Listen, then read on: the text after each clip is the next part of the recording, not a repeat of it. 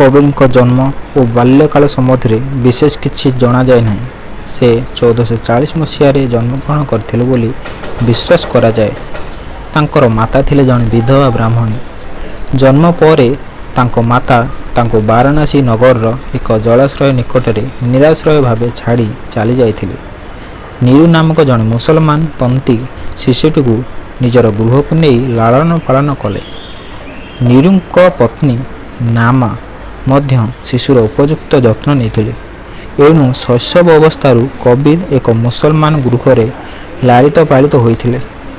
ନିଜର ଦାରିଦ୍ରତା ଯୋଗୁଁ ନିରୁ କବିରଙ୍କୁ ଶିକ୍ଷା ଦେଇପାରିନଥିଲେ, କିନ୍ତୁ ବାଲ୍ୟକାଳରୁ ଈଶ୍ୱରଙ୍କ ଉପରେ କବିରଙ୍କର ପ୍ରଗାଢ଼ ବିଶ୍ୱାସ ଥିଲା।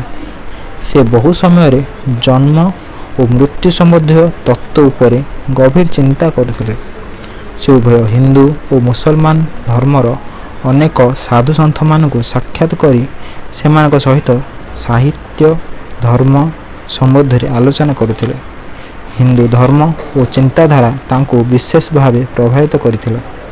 ଉଭୟ ହିନ୍ଦୁ ଧର୍ମ ଓ ଇସଲାମ ଧର୍ମର ତତ୍ତ୍ୱଗୁଡ଼ିକ ସମ୍ବନ୍ଧରେ ତାଙ୍କର ସମ୍ୟକ୍ ଧାରଣା ହୋଇଥିଲା।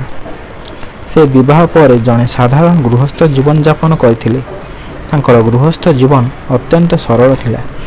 ସେ ତାଙ୍କର କୈଳିକ ବ୍ୟବସାୟ ଲୁଗାବୁଣା ଦ୍ୱାରା ଜୀବିକା ଅର୍ଜନ କରୁଥିଲେ।